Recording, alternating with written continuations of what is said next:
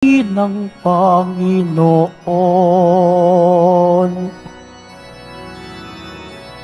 Papuri sa kaitaasan, siya'y papurihan, Diyos ng lahat. O papuri sa kaitaasan, siya'y papurihan, ngayon at magpakailanman. Sa ngalan ng Ama, at ng Anak, at ng Espiritu Santo. Amen. Ang pagpapala ng ating Panginoong Hesukristo, ang pag-ibig ng Diyos Ama, at ang pakikipagkaisa ng Espiritu Santo, naway sumainyong lahat. At sumaiyo rin. Mga kapatid, tinipon tayo bilang kaanib ng angka ng Diyos. Kaya dumulog tayo sa mawaing Panginoon na nagpapatawad ng lubos. Sinugong tagapagpagaling sa mga nagsisisi, Panginoon, kaawaan mo kami. Panginoon, kaawaan mo kami. Dumating na tagapag-aniyayang mga makasalanan ay magsisi, Kristo, kaawaan mo kami. Kristo, kaawaan mo kami. Nakaluklok ka sa kanan ng Diyos Ama para ipamagitan kami. Panginoon, kaawaan mo kami. Panginoon, kaawaan mo kami.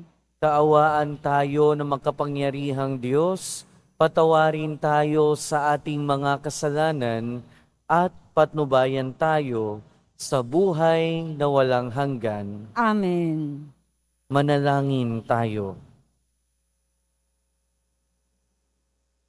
Ama naming makapangyarihan, itinampok mo ang abad na si San Benito bilang dakilang tagapagturo sa mga nagpapakadalubhasa sa paglilingkod sa iyo. Tanging pag-ibig sa iyo ang amin nawang mapahalagahan para taluntunin naming maliksi at bigay na bigay ang landas ng pagsunod sa iyong kautusan. Sa pamamagitan ni Hesukristo, kasama ng Espiritu Santo, magpasawalang hanggan. Amen. Magsiupo muna ang lahat. Pagbasa mula sa aklat ni Propeta Oseas. Ito ang sinasabi ng Panginoon. Nang bata pa ang Israel, siya'y aking minahal, na parang tunay na anak, at inilabas ko siya sa Ehipto. Ngunit habang siya'y tinatawag ko, lalo naman siyang lumalayo.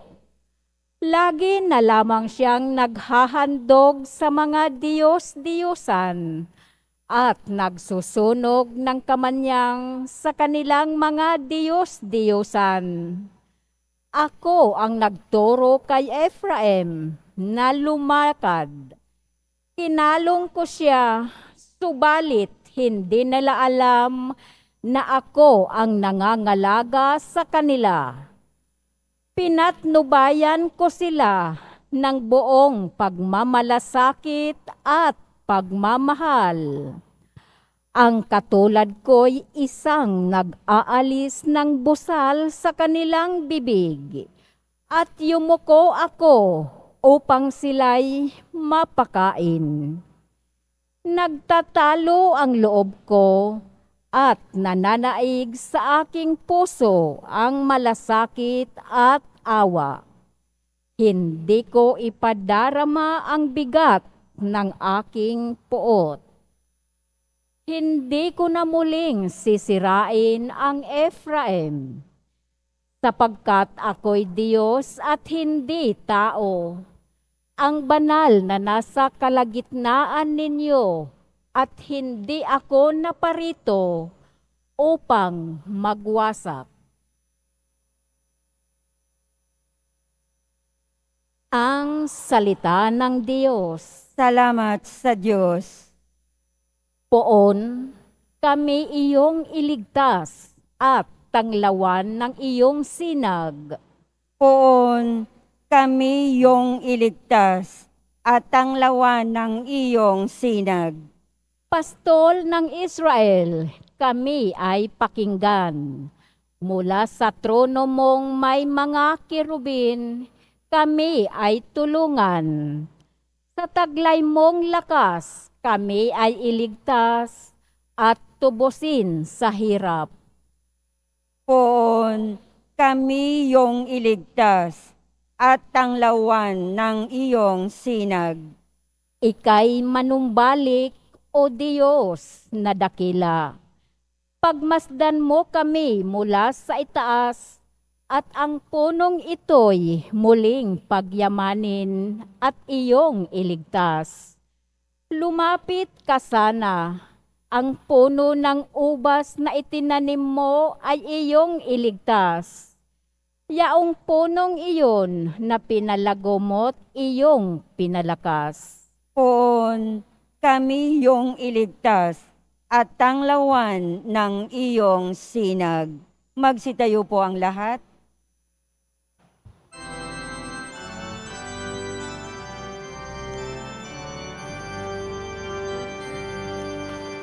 Hallelujah, Hallelujah,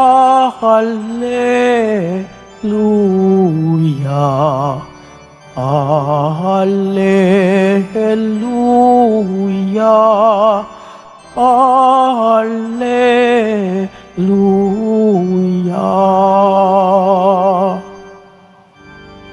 Ang Diyos ay maghahari na,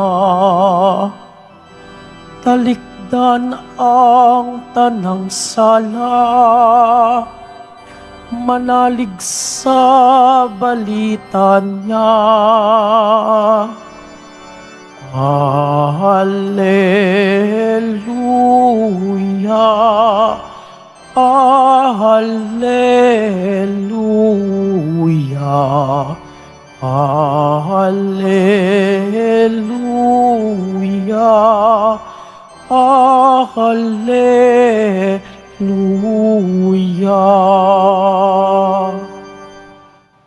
Sumainyo ang Panginoon. At sumaiyo rin. Ang mabuting balita ng Panginoon ayon kay San Mateo. Papuri sa iyo, Panginoon.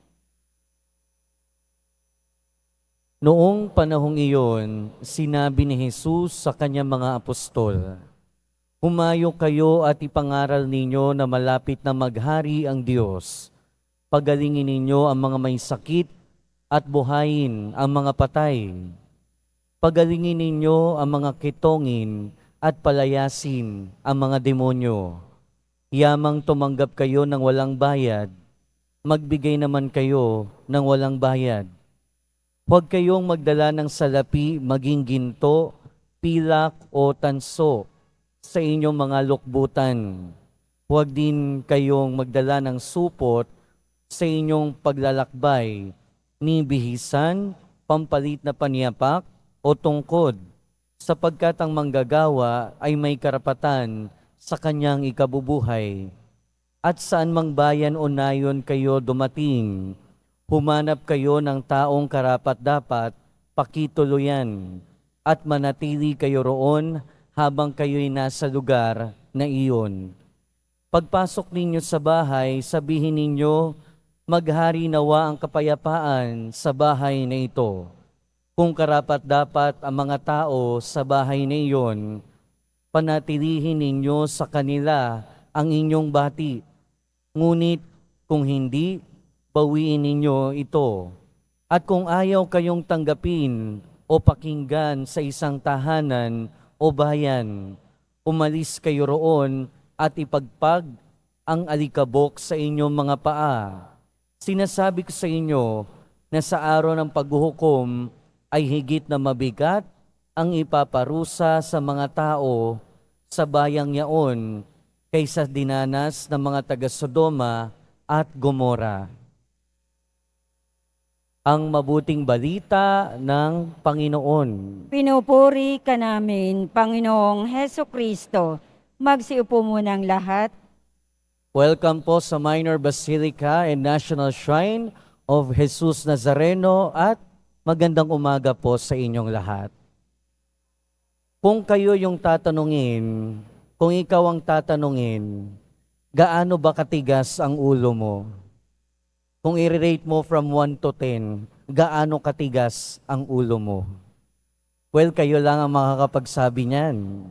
And speaking of katigasan ng ulo, halos sa buong lumang tipan, paulit-ulit nating naririnig kung gaano katigas at kung gaano kapasaway ang bayan ng Israel. Magsisisi, ihingi ng tawad sa Diyos, patatawarin, pagpapalain. Pagkatapos, magkakasala na naman. And then, parurusahan, hihingi ng tawad, patatawarin, pagpapalain. Laging ganun yung cycle ng kanilang buhay. Pero, lagi din naman silang pinapatawad. Narinig natin ngayon sa ating unang pagbasa, ito na naman. Katigasan na naman ang ulo ng bayan ng Israel, ang ating pinag-uusapan. At nagagalit na ang Panginoon. Pero kahit sa galit ng Panginoon, pinipigilan ng Panginoon ang kanyang galit para sa bayan ng Israel. Narinig natin, hindi ko nawawasakin ng Ephraim. Narinig natin sa unang pagbasa na sinasabi dito, mas malaki ang pagmamahal ng Diyos kaysa galit niya. Mas malaki yung pagmamahal ng Diyos kaysa sa kasalanan ng bayan ng Israel. Ang totoo niyan, kung tutuusin, hindi rin naman talaga laging matigas ang ulo ng bayan ng Israel. Kaya lang, lagi nilang hinahayaan yung sarili nila na maimpluwensyahan ng mga bayan na nasa paligid nila. Ano ba yung kadalasang pagkakamali ng Israel? Ang kadalasan nilang pagkakamali, sumasamba sila sa Diyos-Diyosan. At bakit sila napapasamba sa mga Diyos-Diyosan? Dahil nakapaligid sa kanila ang mga pagano na madalas sumasamba sa mga Diyos-Diyosan. At lagi nilang nami-miss out ang katotohanan na ang Diyos nila ay hindi Diyos-Diyosan. Pero dahil hindi nila nakikita at dahil hindi nila nararamdaman, nababaling yung kanilang atensyon. Ibig sabihin, hinahayaan nilang maimpluwensyahan sila ng kasamaan sa paligid nila. Pero ito yung hindi hinayaan na mangyari ni San Benito. At ngayong araw, pinagdiriwang natin ang kapistahan ni San Benito.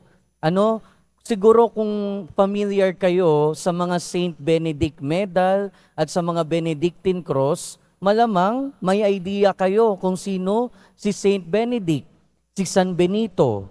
Siya yung ginagamit ng mga exorcist na medalyon at saka yung Benedictine Cross. At kung meron kayo nakitang cross na merong medalya sa gitna, malamang Benedictine Cross yun. At si San Benito, galing siya sa pamilya na meron namang kaya. Nag-aaral siya, pero yung mga kasama niya, yung mga kaklase niya, yung mga kaibigan niya,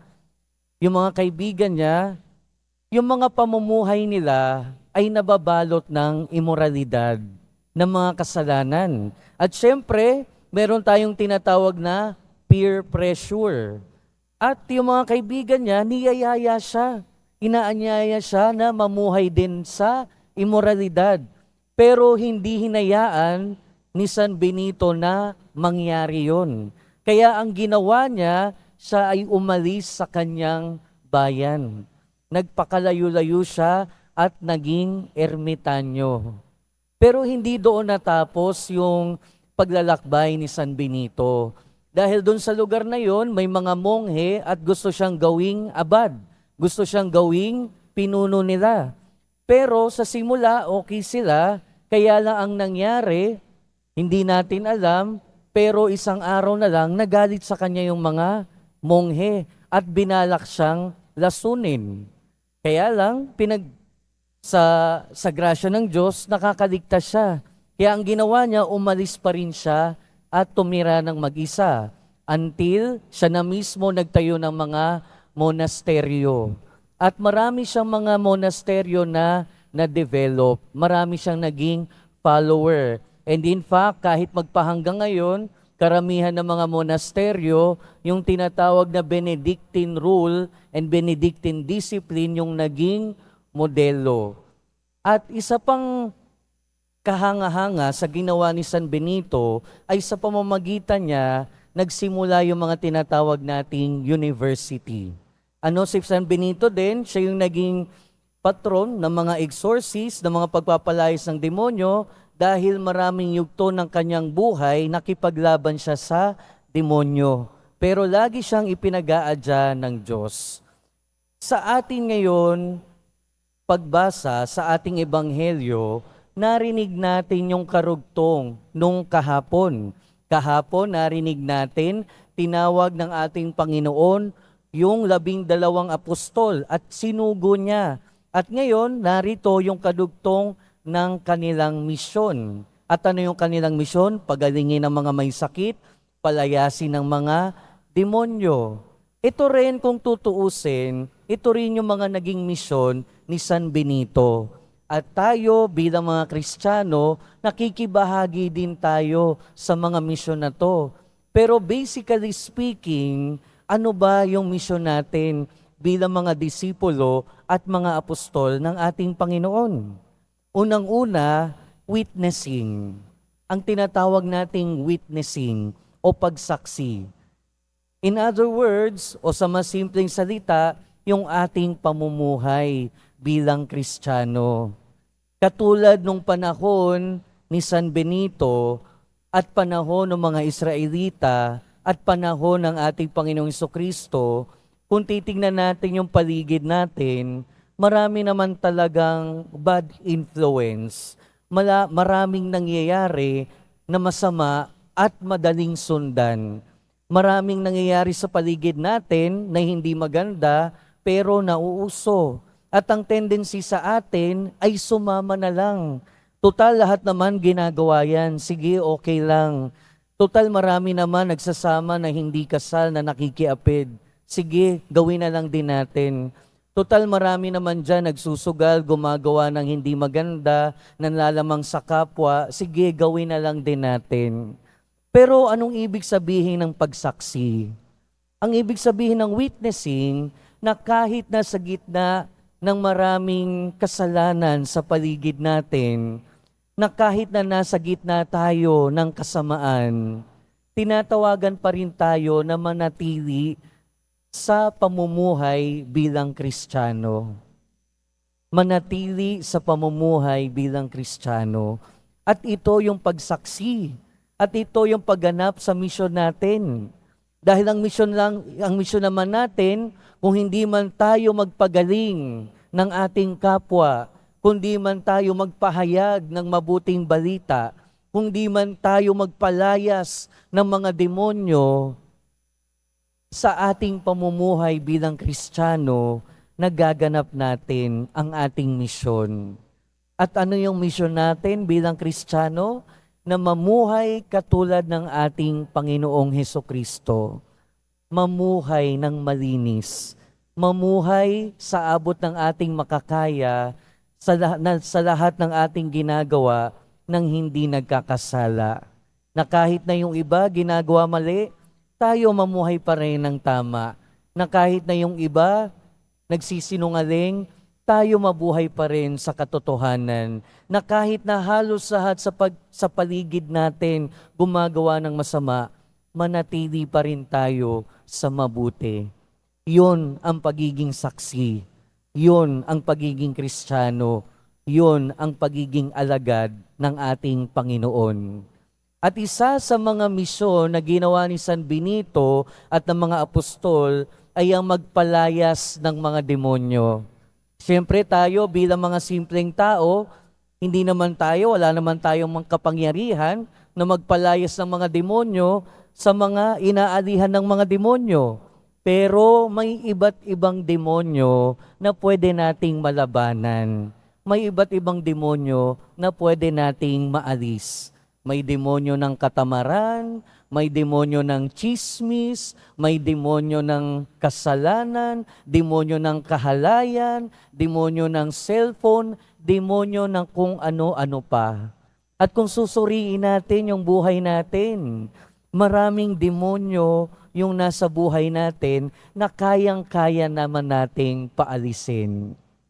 Kaya sa pagpapatuloy ng ating buhay, mga kapatid, tignan natin si San Benito. Siya ang ating modelo ngayon, na kahit sa gitna ng kasalanan at kasamaan, nagawa niyang umalis, nagawa niyang iwasan. At tignan din natin yung buhay ng mga apostol, na tinawag para magmisyon. At hindi lang sila yung mga apostol at alagad ng ating Panginoon. Dahil tayong lahat bilang Kristiyano ay patuloy na tinatawag, hindi lang maging mga disipulo, kundi maging mga apostol ng ating Panginoon. At katulad nila, tinatawagan tayo para maging saksi, para mamuhay bilang mabuting Kristiyano. At katulad nila, tinatawagan din tayo na paalisin, palayasin yung mga demonyo sa buhay natin. Amen. Magsitayo po ang lahat.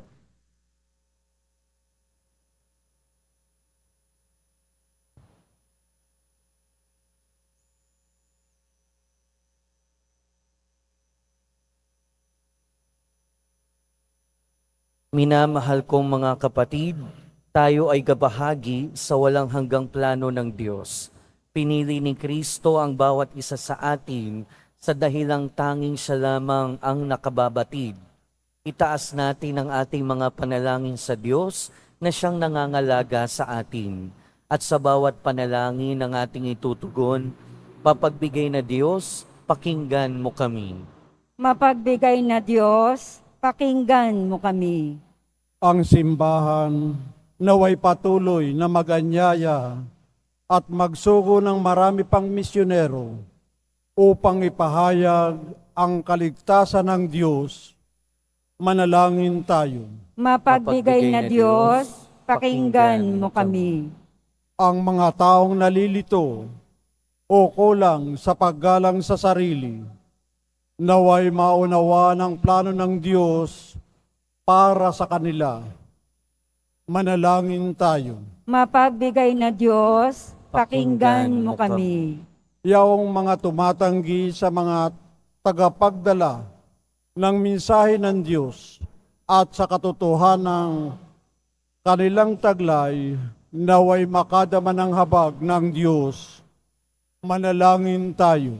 Mapagbigay na Diyos, pakinggan mo kami. Yaong may malubhang karamdaman, naway tanggapin ng bukas loob ang sakramento ng pagpapagaling at pakikipagkasundo. Manalangin tayo. Mapagbigay na Diyos, pakinggan mo kami. Ang mga tapat na namayapa, naway makapiling ni Kristo sa huling hantungan ng kaluwalhatian ng kanyang paghahari. Manalangin tayo. Mapagbigay na Diyos, pakinggan mo kami. Ama ng aming Panginoong Hesukristo, inampun mo kami bilang iyong mga anak. Tulungan mo kaming pahalagahan ang maraming biyayang ito habang itinataas namin sa iyo ang aming panalangin sa pamamagitan ni Kristo na aming Panginoon. Amen. Magsiupo muna ang lahat.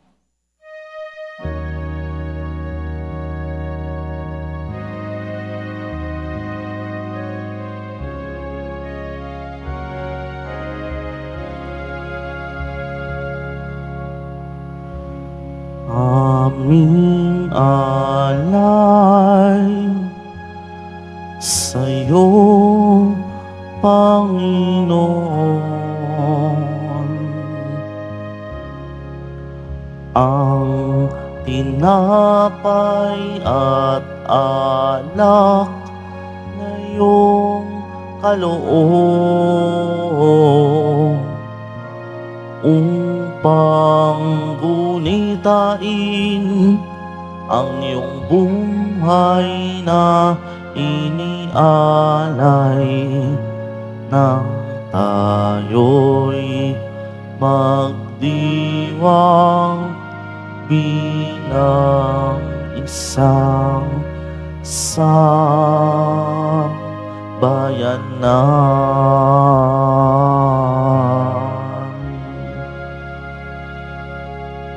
Magsitayo po ang lahat.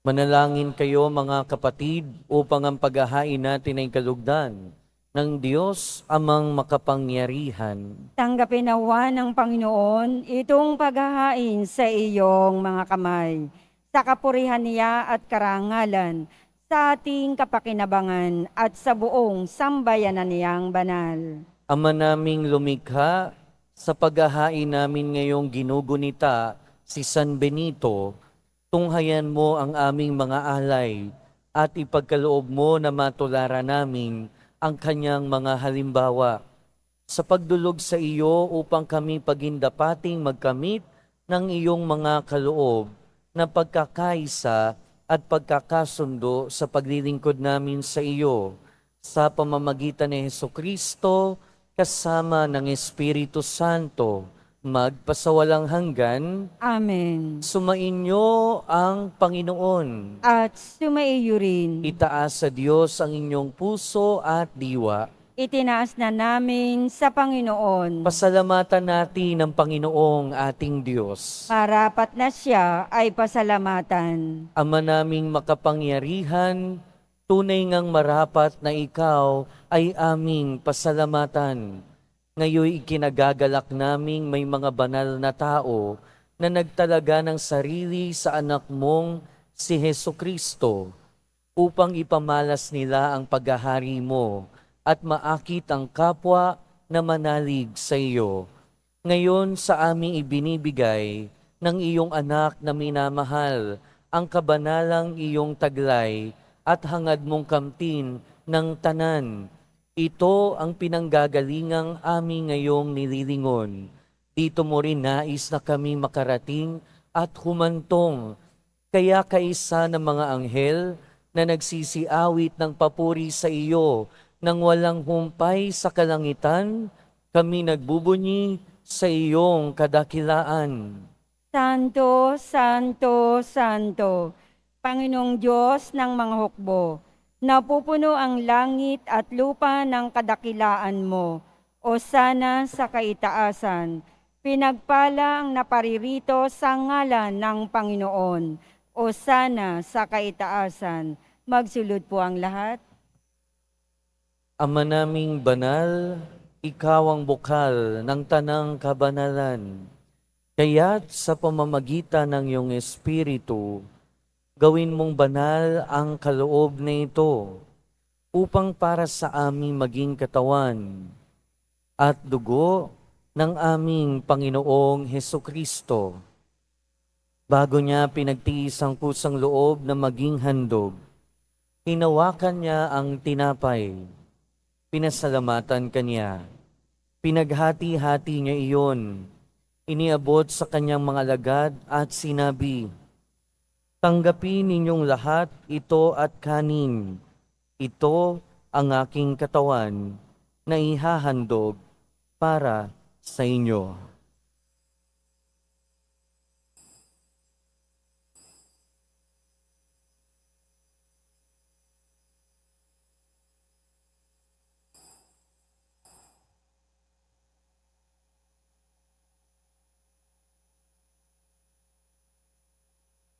Gayun din naman noong matapos ang hapunan, hinawakan niya ang kalis, muli kanyang pinasalamatan.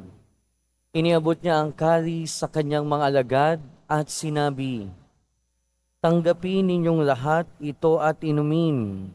Ito ang kalis ng aking dugo, ng bago at walang hanggang tipan. Ang aking dugo na ibubuhos para sa inyo at para sa lahat, sa ikapagpapatawad ng mga kasalanan. Gawin ninyo ito sa pag-alala sa akin.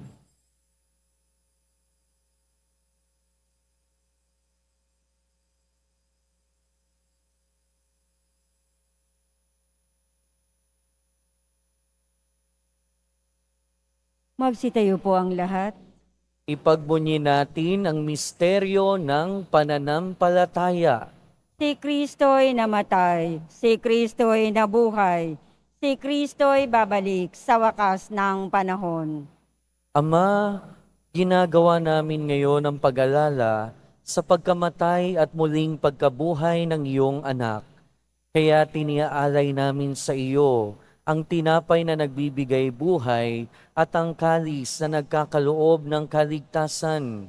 Kami nagpapasalamat dahil kami iyong minarapat na tumayo sa harap mo para maglingkod sa iyo. Isinasamo namin kaming magsasalo-salo sa katawan at dugo ni Kristo ay mabuklod sa pagkakaisa sa pamamagitan ng Espiritu Santo. Ama, lingapin mo ang iyong simbahang laganap sa buong daigdig.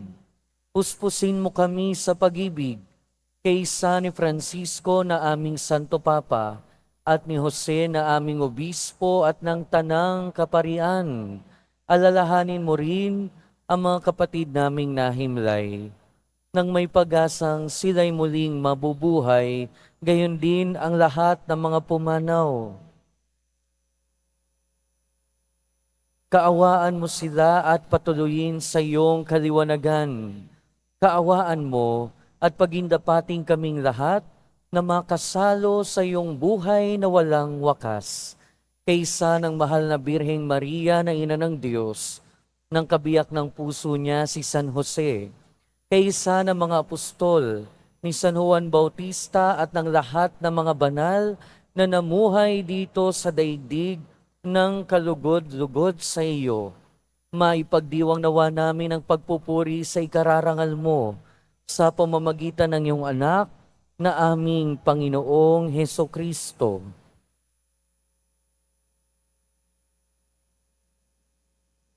Sa pamamagitan ni Kristo kasama niya at sa Kanya, ang lahat ng parangal at papuri ay sa iyo, Diyos amang makapangyarihan, kasama ng Espiritu Santo, magpasawalang hanggan. Amen. Sa tagubilin ng mga nakagagaling na utos at turo ni Jesus na Panginoon natin at Diyos, ipahayag natin ng lakas loob. Ama namin, Sumasalangit ka, sambahin ang ngalan mo, mapasa amin ang kaharian mo, sundin ang loob mo dito sa lupa para nang sa langit. Bigyan mo kami ngayon ng aming kakanin sa araw-araw, at patawarin mo kami sa aming mga sala, para ng pagpapatawad namin sa nakakasala sa amin. At huwag mo kaming ipahintulot sa tukso, at iadya mo kami sa lahat ng masama. Hinihiling namin kami adya sa lahat ng masama, pagkalooban ng kapayapaan na araw-araw, iligtas sa kasalanan at ilayo sa lahat ng kapahamakan, samantalang aming pinananabikan ang dakilang araw ng pagpapahayag ng tagapagligtas naming si Hesukristo. Sapagat iyo ang kaharian, at ang kapangyarihan, at ang kapurihan, magpakailanman. Amen. Panginoong Hesukristo, sinabi mo sa iyong mga apostol, kapayapaan ang iniiwan ko sa inyo, ang aking kapayapaan ang ibinibigay ko sa inyo. Tunghayan mo ang aming pananampalataya at huwag ang aming pagkakasala. Pagkalooban mo kami ng kapayapaan at pagkakaisa ayon sa iyong kalooban, kasama ng Espiritu Santo, magpasawalang hanggan. Amen. Ang kapayapaan ng Panginoon ay laging sumainyo. at sumaiyo rin. Magbigayan kayo ng kapayapaan sa isa't isa. Peace be with you po.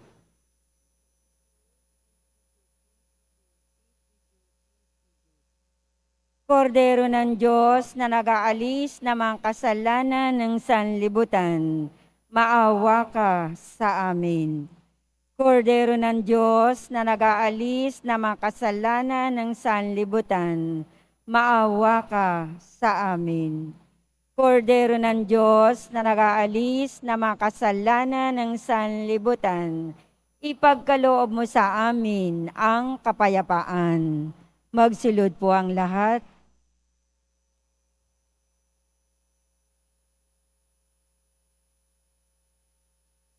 Ito ang kordero ng Diyos. Ito ang nag-aalis ng kasalanan ng sanlibutan. Mapalad ang mga inaanyayahan sa kanyang piging. Panginoon, hindi ako karapat-dapat na magpatuloy sa iyo, ngunit sa isang salita mo lamang ay gagaling na ako.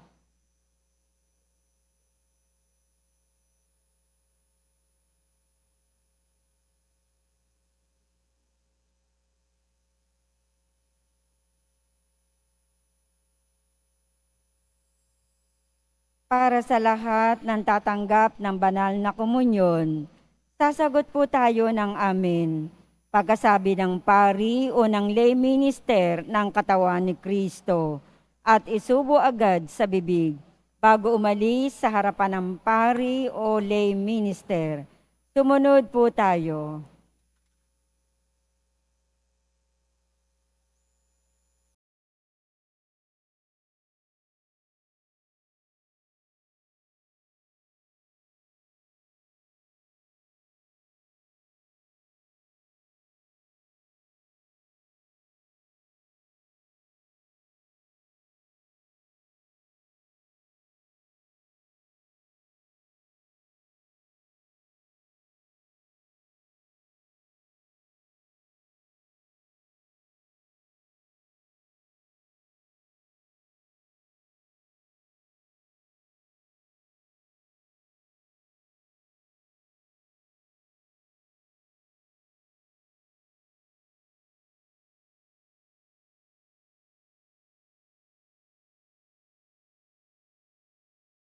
Manalangin tayo.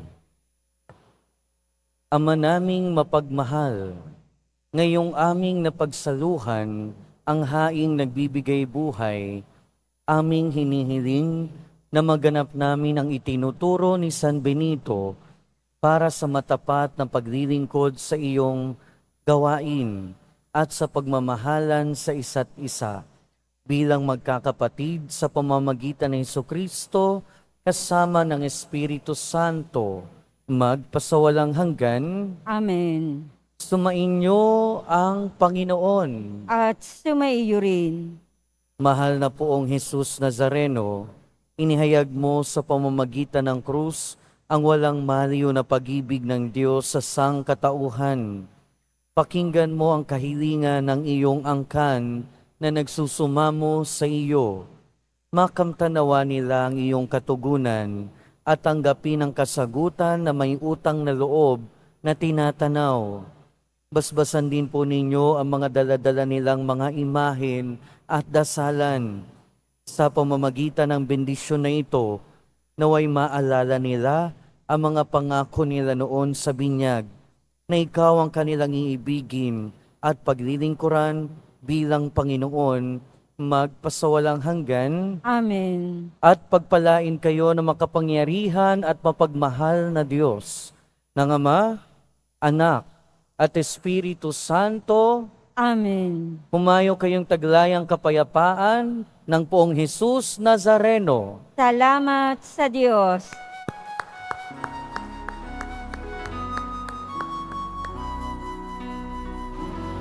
Nuestro Padre Jesus Nazareno, sinasamba ka namin,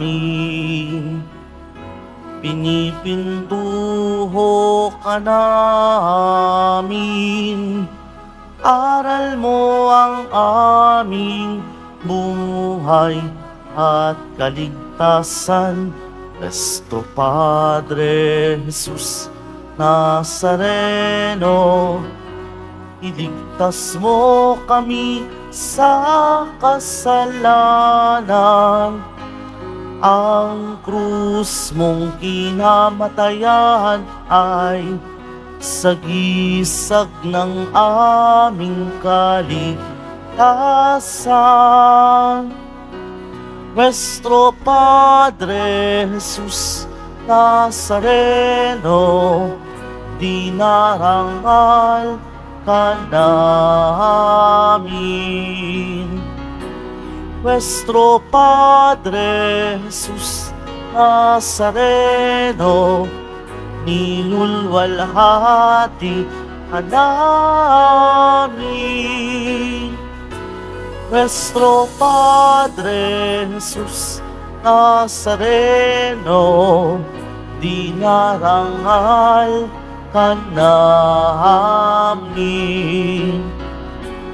Nuestro Padre Jesus Nazareno, nilulwalhati ka namin.